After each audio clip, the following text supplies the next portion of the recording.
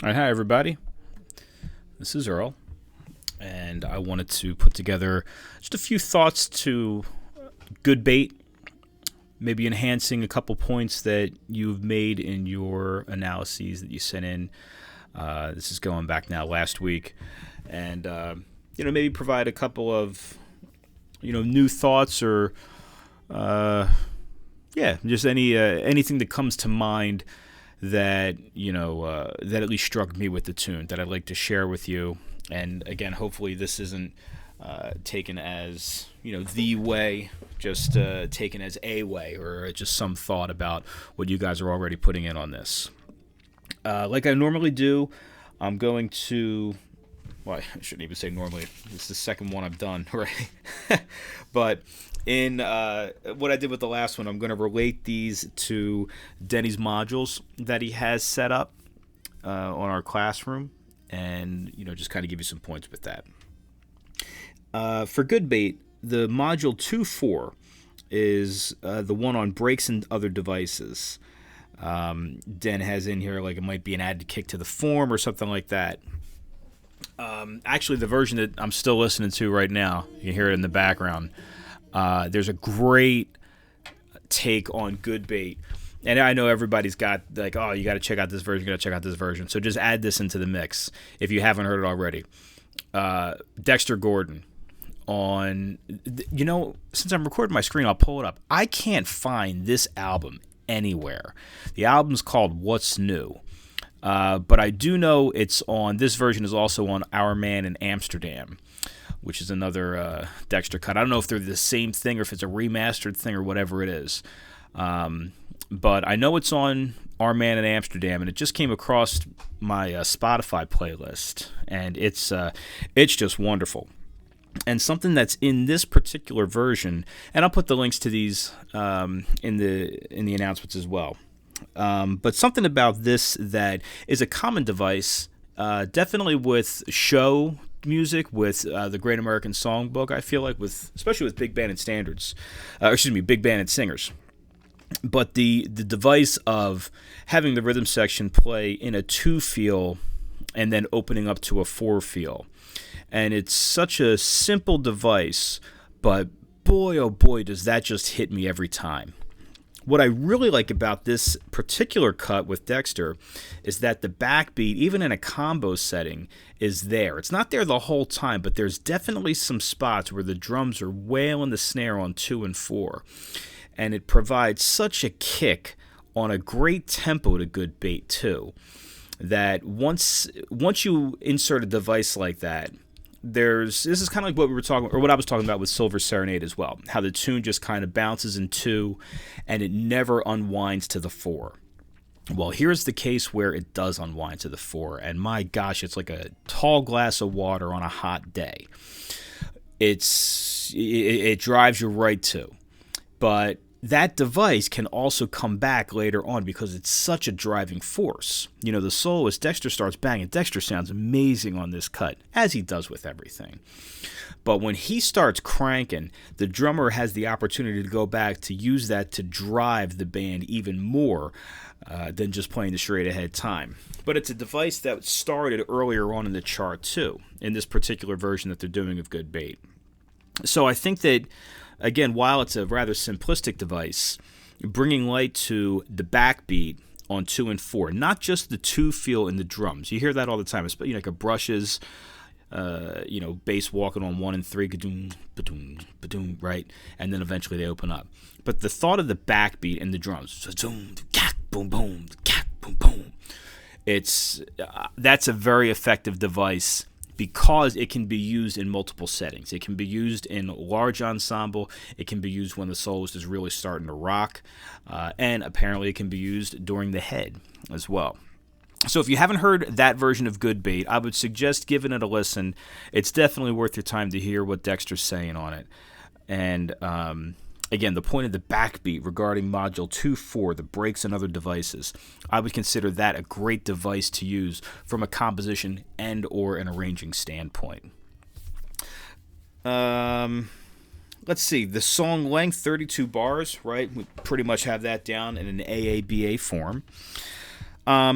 In Module 3.2, Denny has grooves, styles, and feels on this.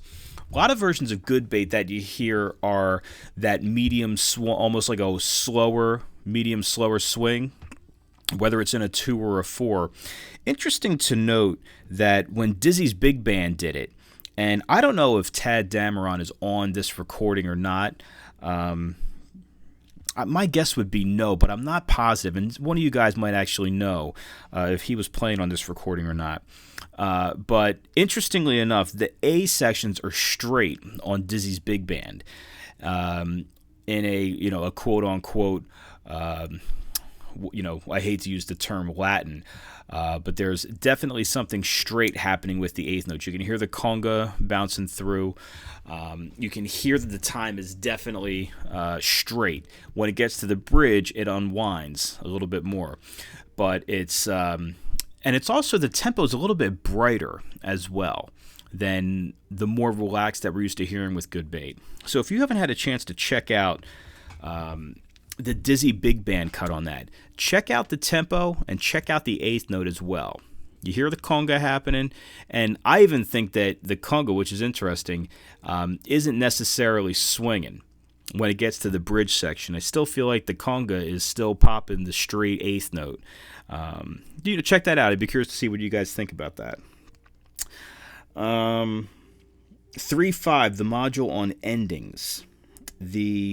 Probably the most common thing with a tune like this is, as you can see my screen, that this motif right here with the roots and the fives, right? That's repeating that 3 times is a really common thing on a tune like this. Not to say that that's the only thing, but I guess most of the versions that I've heard have some sort of modification of or direct use of this line. But what I would say with that is when you have a device that's so essential to this tune, not only can it be ending material, but this can also be material for the intro to the tune. And this could also be material that helps you either modulate or kind of breaks up the form. Just because something happens here at the end of the chart or at the end of the tune doesn't mean that it's not great melodic material for another section of the tune or to use as a vehicle for development. These ideas right here, there's no reason why, because of the cycle harmony that's happening here, this all comes back to B flat. And I know that D minor is an extension of B flat major. This could get interesting right here with G7 flat 9 G minor. C minor is the same thing. So this figure right here, I don't think anybody's going to really pull you over for playing the flat 9 and the flat 5 on a minor 7 chord. But I do think that something with a tune like this where you have a line that's so iconic, it's definitely something that either through the use of inversion maybe or a direct quote, it can show up other places in the chart. Again, if you're writing or from an improvisational standpoint of view. Let's see. On to 4.2 on the modules. This one is cycle harmony. A couple instances happening in this chart that, like right here, how F to B flat to E flat, and then down the 5th to A flat. Right, it's all pretty much straight ahead. Maybe the only instance would be this quick slam to F7, which in the key of B flat, even though this bridge is in E flat, these are two diatonic 7th chords in the key of B flat. So not really too much happening in here outside of cycle progression. If you want to get picky about it, A flat dominant to D, dropping a tritone. I don't know. I think we're splitting hairs. I think it's pretty much a cyclic tune built in circle of fourths and circle of fifths. Module 4.4, the bright to dark harmony. This is not necessarily something from Ronnie's book. This obviously comes from the cycle harmony, but I do think that, which we've heard a million times, but there is a brightness that happens when you modulate to the 4. And this tune in B flat, when it gets to the bridge, it's a sound that we've heard a bunch. And through the use of changing from a 2 to a 4 feel, or even just the idea of modulating to the 4 chord, it's a very smooth, seamless resolution, modulation, whatever you want to call it, that provides nice motion and direction. So again, not that it's necessarily bright to dark harmony, but I do think that there's an air of enlightenment that happens once the modulation's there. Module 4-6. Which one is this? 4-6 is chord substitutions. This is something that I would actually, I don't want to say be a stickler about, but something in my opinion that means a lot to this tune. I'll go back to this spot right here, where we have the turnaround getting us back to the head. I've heard a bunch of versions of this where the rhythm section plays tritone subs here, right? And it's pretty straight ahead spot to do it. D, D flat, C, B, and then down to B flat. But something that's pretty important to this tune, in my opinion, is that these two melodic notes sound as a flat 9 and either a sharp 11 or a flat 5, depending on how you're thinking of it. But if you play tritone subs, if the rhythm section plays tritone subs, you're taking away the statement of the melody by the use of harmony.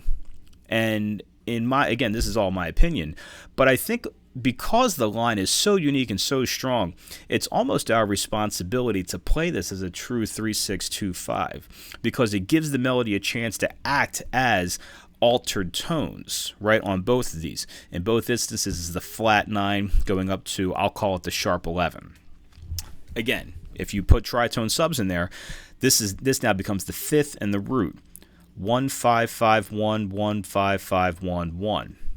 And just that simple thing right there, and this happens over here as well, right? G, G flat, F, E. If you play these as tritone subs, you're taking away the impact of the melody being altered tones.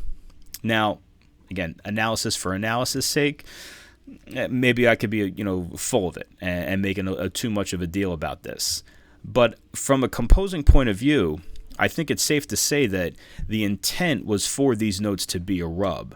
So if you are playing this tune, or when you are writing, and when other people are performing your music, if you hear people using chord substitutions, that's well and good. On an improvisational setting, sure. But on the actual melody, I would advise you to keep your ears open to make sure that what you want to be played is being played. Okay? So anyway, that's my point on the substitutions on this one. Bracketing. This is module 4-9. There's great potential for this tune to be bracketed, right? Pretty much the tonality is in the key of B flat major, and if you play B flat with few exceptions, I should say, you should be able to get out of this tune without hurting anybody. With bracketing, when you're working in a major tonality, depending on how you think of it, if you have B flat major, you have 7 modes available to you. So when we talk about bracketing, it could be the idea of saying, okay, this whole thing could be played in B flat major. But, even for my own playing and for my own writing, it's really interesting. I find that if I think maybe in a Dorian mode, or if I think in, using minor pentatonics, those are scales that I just seem to have more expression with. Again, through writing or through playing. And even, if you're playing in the key of B flat and your ideas are C Dorian based, sure, they're diatonic to B flat. But if the concept of the idea starts and ends on the 9, I do feel like it would give your playing and your sound a little bit of a lift, more so than your idea starting and ending on concert B flat. So with bracketing, don't think that you have to get roped into that particular major scale. You have 7 modes available to you. You could bracket this tune as A Locrian. And if you're bracketing this tune in A Locrian, you're going to get some really unique harmonic ideas. This whole thing could be a vamp on A Locrian, right? With maybe a couple exceptions. Maybe those are rhythm section hits. Or C Dorian, or G minor 7, flat 13 to accommodate the E flat. So bracketing is cool, but bracketing with regards to a major scale, that opens up a whole sea of options. And like I said, minor pentatonic is another thing. Minor pentatonic, you're one note away from a blues scale. So, a great cannonball sound, playing a blues scale from the 6 in the key of B flat, we play G blues scale. G blues scale is going to get you through a lot of this material and give you that quote-unquote bluesy sound. Same thing on the bridge, thinking in C blues. It goes to E flat, so thinking about the key of C blues. Another idea for bracketing. And then one last point that I have on this, module 5-7, where Denny has the idea of melodic rhythm to extract, take away the pitches and just look at the rhythm of how this thing is put together, right?